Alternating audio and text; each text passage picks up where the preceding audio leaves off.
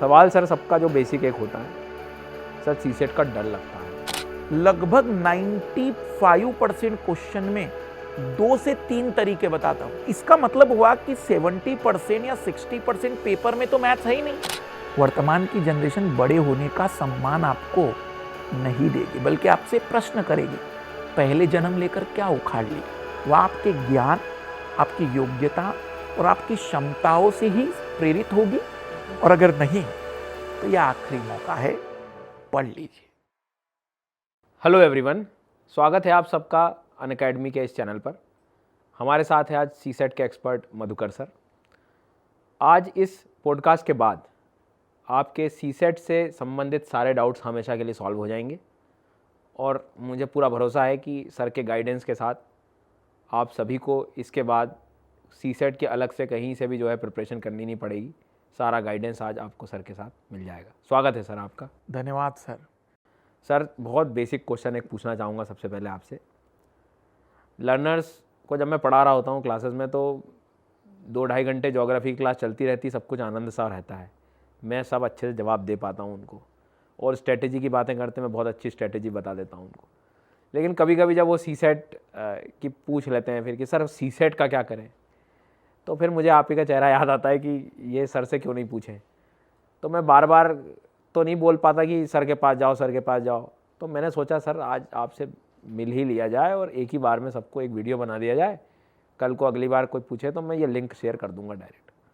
सवाल सर सबका जो बेसिक एक होता है सर, सीसेट का डर लगता है उनको, क्योंकि मुझे लगता है ऐसे कुछ बच्चे अभी भी हैं जिन्होंने शायद वो मैथ्स के डर से ही इस ह्यूमैनिटी वाले सेक्शन में आए थे, और आकर उन्हें फिर वही चीज़ मिल जा रही है।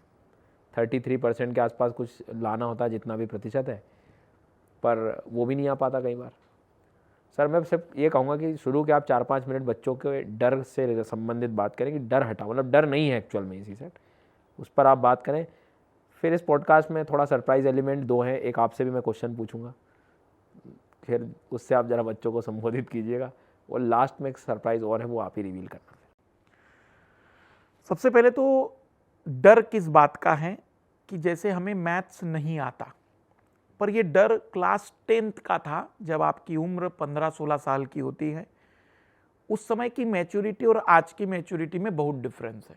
सही बात। उस समय तो मुझे लगता है कि मैथ्स से ही डर नहीं लगता था, ज्योग्राफी से भी डर लगता था, नागरिक शास्त्र या पॉलिटी जैसे सब्जेक्ट से भी डर लगता था।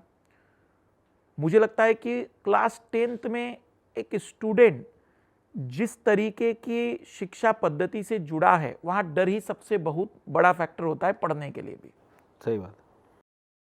पर इस समय क्यों उन्हें सीसेट आनंददायक लगेगा, क्यों मजेदार लगेगा, उसके बड़े 2 या 3 कारण हैं। एक तो उनकी समझने की अंडरस्टैंडिंग और मैच्योरिटी आज बहुत अच्छी है, आज वो चीजों को एनालिसिस करने लग गए हैं। दूसरा, अब वो ट्रेंड थोड़ी रहा है कि मैं उन्हें वो तरीके बताऊंगा, जैसे मान लीजिए एक सवाल आता है तो गणित में हम शुरू करते हैं कि माना x, कि वो संख्या का मान x है। बट अगर आप मेरा कोई भी क्लास या लेक्चर देखेंगे तो मैं लगभग 95% क्वेश्चन में 2 से 3 तरीके बताता हूं कि भाई ये तरीका, चलो भाई x वाला है, समझ में आ रहा है तो बढ़िया, नहीं तो एक मेरा तरीका है जिसमें मैं कोई भी चीज नहीं करवाऊंगा, लेकिन उत्तर निकाल के दिखा दूंगा आपको कि हाँ ये आंसर आएगा। और आखिरी तरीका है कि बाय ऑप्शन आंसर निकाल के दे दूंगा मैं। तो मैं ये कोशिश करता हूं कि स्टूडेंट को कोई ना कोई एक तरीके से समझ में आ जाए। और जो तीसरा बड़ा कारण है कि क्यों उस विद्यार्थी को अब मैथ समझ में आएगा, क्योंकि अब उसको दुनिया समझ में आ गई, और जिसको दुनिया समझ में आ गई उसको मैथ्स भी समझ में आ जाएगा। सही बात। तो सर ये वो ऐसा है क्या कि हमेशा पेन कॉपी लेना ही पड़ेगा, प्रैक्टिस करनी पड़ेगी? कुछ ऐसा भी हो सकता है कि मैंने कई बार सुना है कि कुछ बच्चों को जिनको इंटरेस्ट होता है वो आधी चीज़ें तो कैलकुलेशन दिमाग में ही लगा लेते हैं, तो ऐसा कुछ भी डेवलप करना पड़ता है क्या सीसेट के लिए? नहीं, ऐसा जरूरी नहीं है। कुछ लोगों के अंदर अगर है तो वो उनका टैलेंट कहलाएगा, वो एक्स्ट्रा पॉइंट है। लेकिन आप ये कहेंगे कि सीसेट के सिलेक्शन के लिए ऐसा विद्यार्थी चाहिए, बिल्कुल भी नहीं। हाँ। कागज पेन अगर आप लेते हैं तो ये अच्छी हैबिट है, खास करके मैथ्स की जैसे सब्जेक्ट के लिए। लेकिन मैं आपको थोड़ा सा और डिटेल में चेंज करवा देता हूं। जैसे यूपीएससी में 80 सवाल आ रहे हैं, 33% का मतलब 27 क्वेश्चन हमें सही करने हैं। हम 27 सोचकर जाएंगे तो फेल होकर ही गारंटेड आएंगे। लाल लालियो, वीडियो में आगे बढ़ने से पहले एक जरूरी अपडेट। अनअकैडमी का सबसे बेस्ट ऑफर सिर्फ 17,999 में पूरे एक साल का यूपीएससी सब्सक्रिप्शन अब सिर्फ 10 मई तक ही बाकी है। इसके साथ ही मिल रहा है फ्री एक्सटेंशन भी। टोटल 24 महीने की तैयारी सिर्फ एक बार के प्राइस में। तो देर मत करो, अभी जुड़ जाओ अनअकैडमी के साथ और अपने आईएएस बनने के सपने को करो सच। लिंक नीचे दिया गया है, इनरोल नाउ। हमारे पास 3 बड़े सेगमेंट है, मैथ्स है, रीजनिंग है, कॉम्प्रिहेंशन है। अब झगड़ा देखिए कहां पर है। केवल कॉम्प्रिहेंशन के 27 क्वेश्चन किसी के लिए भी कठिन और सिंपल नहीं है, क्योंकि अगर आपके अंदर पढ़ने और एनालिसिस करने की क्षमता है तो आपके लिए वो उतना ही लेवल का है। रीजनिंग एक प्रकार का ऐसा विषय है जहां पर विद्यार्थी अपने मानसिक और बौद्धिक क्षमता का उपयोग करता है, कोई मैथमेटिकल कैलकुलेशन नहीं होते। जैसे कि हम पासे का नियम पढ़ते हैं, कैलेंडर की बात करते हैं, या हम पजल जैसे सवालों को सॉल्व करते हैं, सिलोजिज्म जैसा सवाल होता है, सभी पेन पेंसिल है, सभी पेंसिल रबर है। तो अब इसमें कोई विद्यार्थी क्या गणित लगा रहा होगा? सही बात। इसका मतलब हुआ कि 70% या 60% पेपर में तो मैथ्स है ही नहीं। अब लड़ाई केवल 40% की रही। 40% में मैंने आपको बता दिए कि ये 3 तरीके हैं, लेकिन अगर आप थोड़ा और स्मार्ट वे में चले जाए तो मैं केवल 3 चैप्टर बता रहा हूं, number system, percentage, time and distance. आप इन 3 चैप्टरों को 3 महीने पढ़ लीजिए। इन 3 चैप्टरों से आपको 10 सवाल मिल जाएंगे 25 में से। आपको कौन से 25 के 25 तो करने नहीं है। सही बात। 10 सवाल आपने अटेम्प्ट किए थे, 6-7 सवाल आपको मैथ्स ने दे दिए।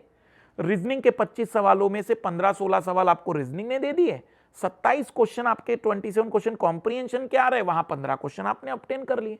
तो 36 से लेकर 38 तक के क्वेश्चन सही कर लिए। इसके लिए आपने 50 क्वेश्चन अटेम्प्ट किए थे, इसमें नो डाउट की गलतियां तो होगी। अगर 50 या 55 क्वेश्चन में आपने 15 क्वेश्चन गलत किए थे, 16 क्वेश्चन गलत कर दिए थे और आपके 38 क्वेश्चन सही है, तो आपने कट ऑफ से अभी भी 5 क्वेश्चन ज्यादा कर लिए।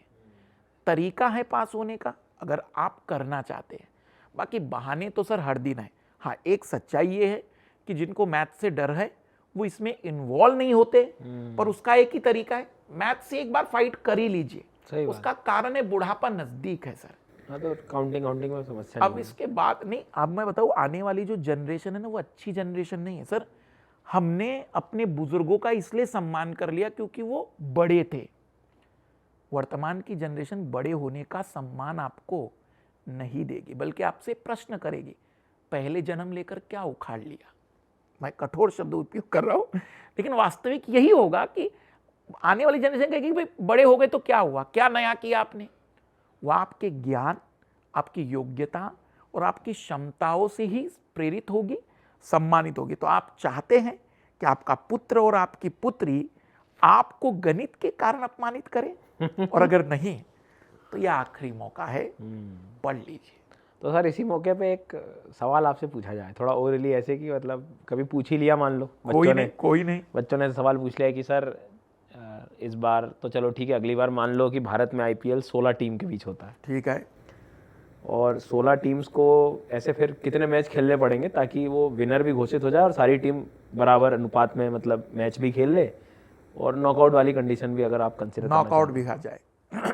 अब जैसे इस सवाल को देखते हैं सर, इस सवाल को अब मैं आपके 2 तरीकों से हल करके दिखा देता हूं। पहला है ट्रिक्स। जैसे कुछ लोग होते हैं सर बस हमें उत्तर बता दीजिए कैसे फटाफट आएगा। तो ऐसे सवाल जहां नॉकआउट की सिचुएशन होती है, जितने मैच होंगे, जितने टीम होगी, उससे एक कम मैच खेलना पड़ता है। इसको हम कहते हैं n-1 की ट्रिक्स लगा दो। तो 16 मैच है, 16 टीमें हैं, तो 15 मैच खेल दीजिए। अगर 32 टीम्स होती तो 31 मैच कर दीजिए। नॉकआउट में जनरली टीम 8, 16, 32 इसके मल्टीप्लाई में होनी चाहिए, बट हमारी यूपीएससी भी गलतियां करती है। 2023 में उन्होंने कहा था 150 टीमें हैं, बताइए कितने मैच खेलने पड़ेंगे, तो उत्तर 149 आएगा, बट प्रैक्टिकली वो क्वेश्चन ही गलत है। अब आते दूसरे तरीके पर। मान लीजिए एग्जाम हॉल में मेरी मेमोरी लॉस हो गई, क्योंकि ऐसा मेरे साथ नहीं, कई लाल लालियों के साथ होता है कि एग्जाम हॉल में बैठे और जैसे ही पेपर सामने आया कि आधी बुद्धि समाप्त, ग्लूकोज खत्म हो जाता है। मतलब मैं कहूंगा कि जो पुरानी महाकथाएं थी उनमें एक बाली नाम का शक्तिशाली व्यक्ति होता था, जिसके सामने आने पर सामने वाले की आधी शक्ति बाली के शरीर में आ जाती थी।